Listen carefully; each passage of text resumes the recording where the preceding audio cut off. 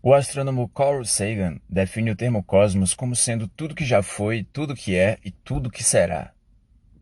Mas é muita coisa, hein? Como é que a gente encontra significado, sentido no meio disso tudo, desse todo? Olá, meu nome é Yulo e este é Tudo Que Não Sei, o podcast onde falo de coisas que acho que entendo, mas quando vou ver, eu não sei é de nada. No episódio de hoje, vou pincelar 5 ideias rápidas sobre significado ou sentido que podem nos ajudar a navegar nessa imensidão que é o universo. A primeira ideia sobre sentido, e que eu gosto bastante, é de que a vida é uma dança. Essa ideia é resumida na seguinte fala de Ailton Krenak: a vida não é para ser útil, isso é uma besteira. A vida é tão maravilhosa que a nossa mente tenta dar uma utilidade para ela. A vida é fruição, a vida é uma dança.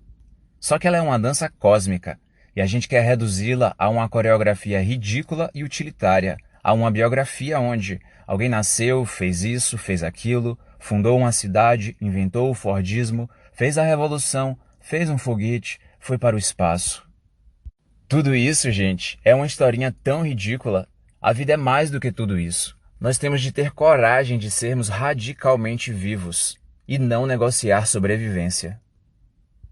A segunda ideia desse episódio é a de eudaimonia, oriunda dos filósofos estoicos.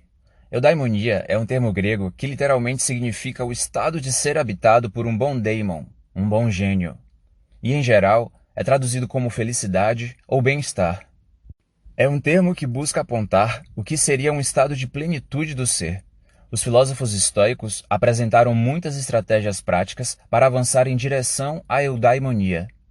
Para eles, a única vida que vale a pena ser vivida é aquela de retidão moral, o tipo de existência a qual olhamos no final e podemos dizer honestamente que não nos envergonhamos.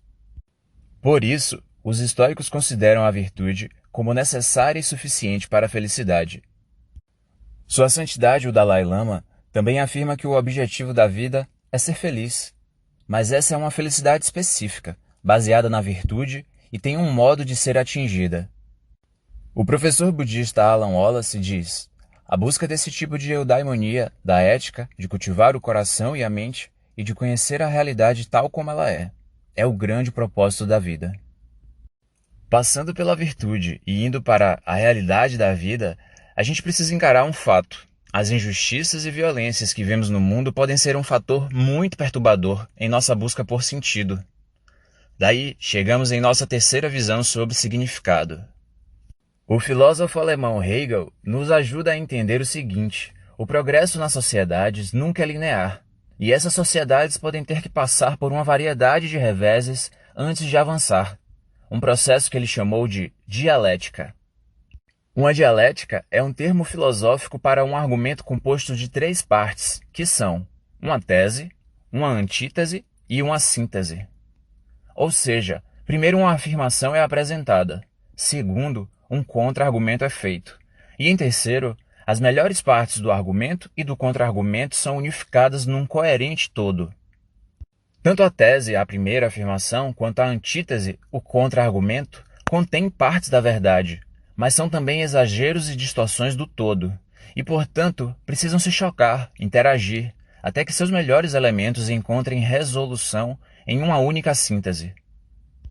Hegel considerou esse padrão uma constante na história. O mundo progride oscilando de um extremo para o outro, à medida que busca compensar erros anteriores e geralmente requer esses 3 movimentos antes que o equilíbrio certo em qualquer questão possa ser encontrado. O argumento de Hegel tem uma sensação altamente consoladora, nesses momentos em que parece que um tipo de progresso foi totalmente perdido. Essa ideia está à disposição para nos assegurar de que estamos apenas vendo o pêndulo oscilar para um extremo por um tempo.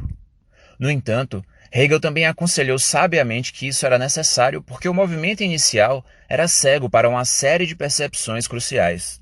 Todos os lados de uma questão conterão verdades importantes alojadas em meio a exageros bombásticos, ainda que eventualmente sejam peneiradas pela sabedoria do tempo. Hegel sabia que haveria dias como esses. Jordan Peterson, psicólogo e escritor, traz a quarta visão, que eu acho bastante interessante. Para ele, a necessidade e a busca por significado é um instinto. Neurofisiologicamente, precisar de um significado e buscar por ele não é apenas um pensamento, não é apenas uma emoção.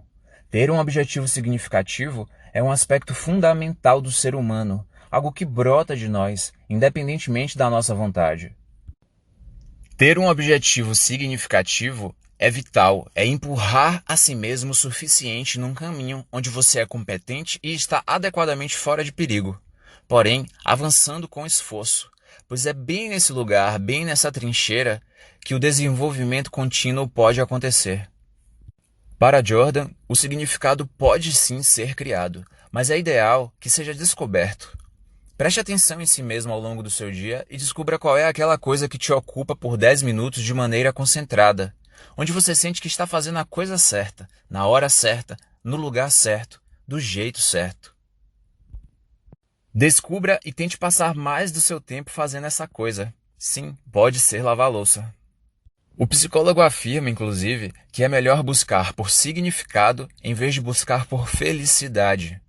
Porque significado é algo mais profundo, orienta você de forma mais adequada e o mantém centrado em sua própria vida, ao invés de desorientado pelo mundo, pela vida, perdido.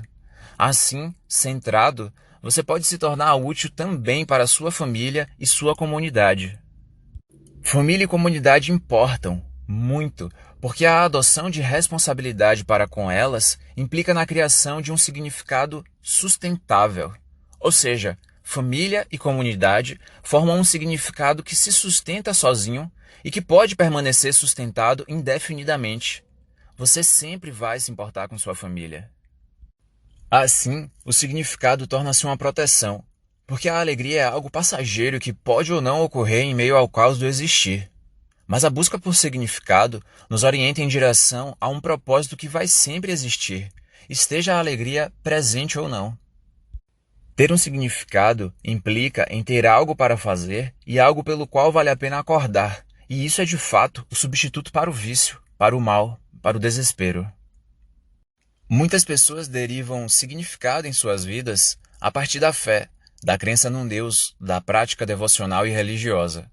A respeito disso, a quinta e última visão sobre significado que trago é uma fala impactante do escritor David Foster Wallace, que diz: "Aqui está outra coisa estranha, mas verdadeira.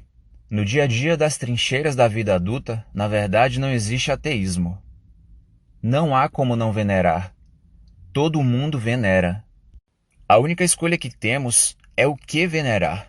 E a razão convincente de talvez escolher algum tipo de Deus ou caminho espiritual para cultuar, seja Jesus Cristo, ou Alá, seja Yahvé, ou a deusa mãe Wicca, ou as 4 nobres verdades, ou algum conjunto inviolável de princípios éticos, é que praticamente todo o resto que você cultuar vai te comer vivo.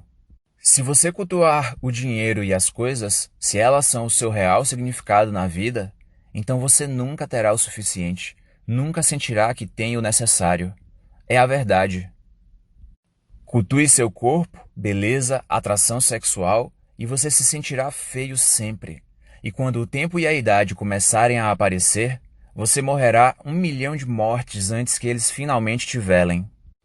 Em certo nível, todos nós já sabemos essas coisas. Foi codificado em mitos, provérbios, clichês, epigramas, parábolas. O esqueleto de todas as grandes histórias. O truque é manter essa verdade na consciência diária.